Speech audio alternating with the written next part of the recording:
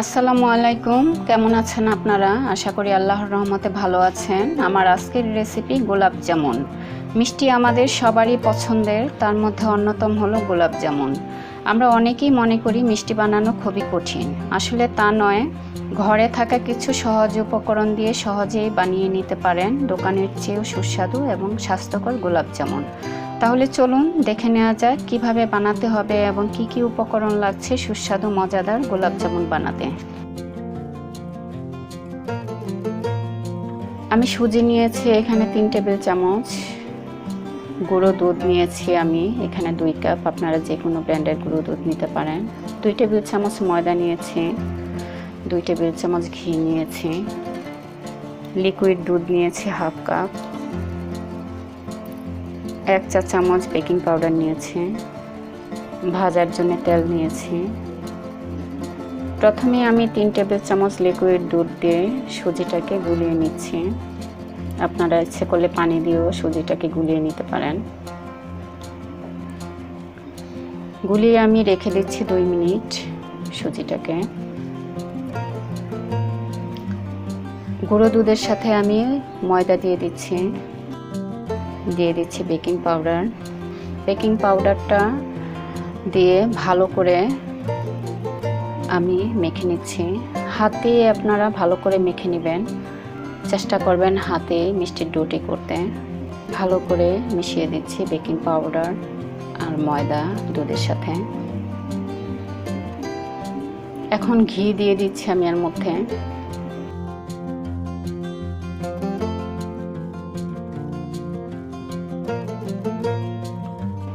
ঘি, গুঁড়ো দুধ, ময়দা, বেকিং পাউডার প্রতিটা উপকরণ এক একটা উপকরণের সাথে ভালো করে মেখে নিচ্ছি। ভালো করে মিশিয়ে দিতে হবে এইভাবে।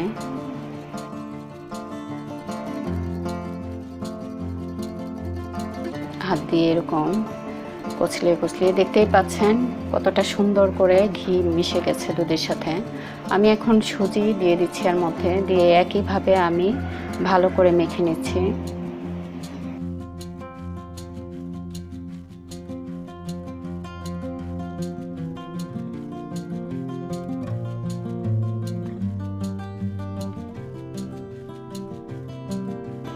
ভালো করে মেখে নিতে হবে।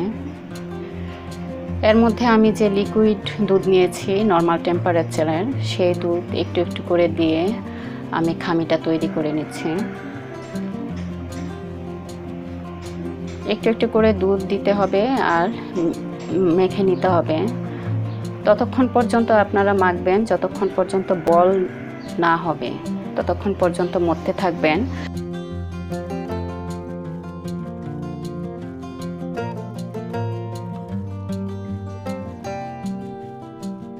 এখন আমি একটি বাটিতে রেখে 10 থেকে 15 মিনিট এটাকে ঢাকনা দিয়ে ঢেকে রাখবো। এই ফাঁকে আমি মিষ্টি শিরা করে নিচ্ছি।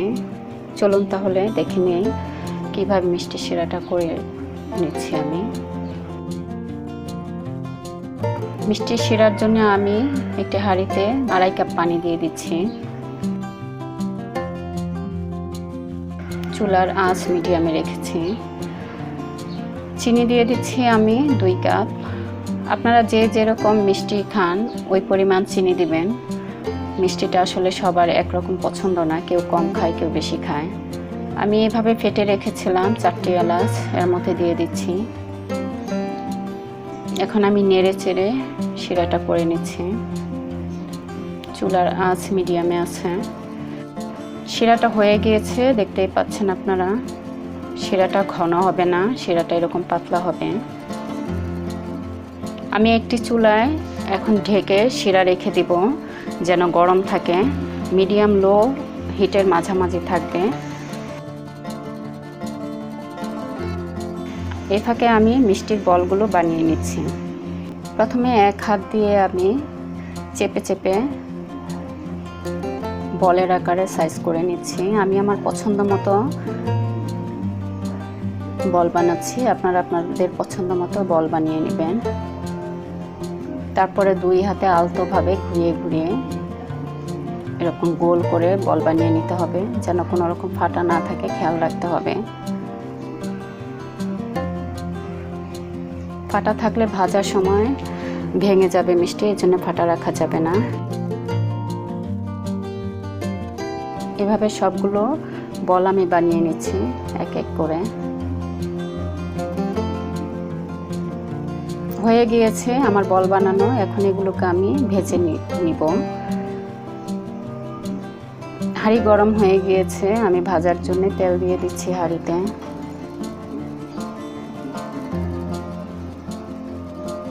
আমি 2 কাপ তেল দিয়ে দিচ্ছি।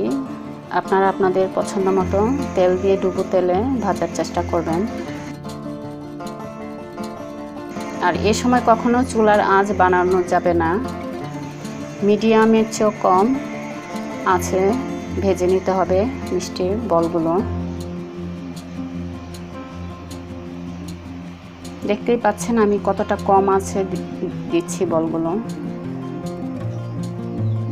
উল্টিয়ে উল্টিয়ে ভেজে নিতে হবে, তা না হলে নিচের সাইডটা পুড়ে যাবে। উল্টিয়ে উল্টে সাবধানে লাল করে ভেজে নিতে হবে। হয়ে গিয়েছে আমার ভাজা, আমি এগুলো তুলে তারপরের মিষ্টিগুলো একইভাবে ভেজে নিচ্ছি, তারপরের বলগুলো একইভাবে ভেজে নিচ্ছি।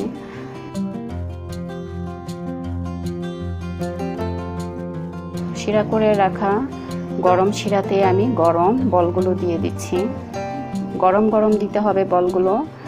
আর আমি 2 মিনিট এরকম মিডিয়াম আছে বলগুলোকে জাল করে নিচ্ছি। ঢাকনা দিয়ে আমি এইভাবে 1 ঘন্টা রেখে দিয়েছি চুলা অফ করে। 1 ঘন্টা পর পরিবেশনার জন্য একটি বাটিতে তুলে নিচ্ছি। ভিউয়ার্স, দেখতেই পাচ্ছেন গোলাপ জামুনগুলো কত সুন্দর হয়েছে মাশাআল্লাহ। আপনারা বাড়িতেও বানাবেন, নিজেরা খাবেন, বন্ধুদেরকে শেয়ার করবেন। কেমন হয়েছে কমেন্ট করে আমাকে জানাতে ভুলবেন না। আর পাশে থাকা বেল আইকনটিতে অবশ্যই ক্লিক করে আমার পাশে থাকবেন সব সময়। একটি মিষ্টি কেটে আমি আপনাদেরকে দেখাচ্ছি, দেখতেই পাচ্ছেন কতটা সুন্দর হয়েছে এবং খেতেও খুবই সুস্বাদু হয় এই মিষ্টিটা। আমি প্রায় বাসায় বানাই মিষ্টি আমার বাচ্চাদের খুবই পছন্দ, আমিও খুব পছন্দ করি। আমার রেসিপিটি ভালো লাগলে অবশ্যই আপনারা শেয়ার করবেন, আমার জন্য দোয়া করবেন। আমিও আপনাদের জন্য দোয়া করি। ভালো থাকবেন। আসসালামু আলাইকুম।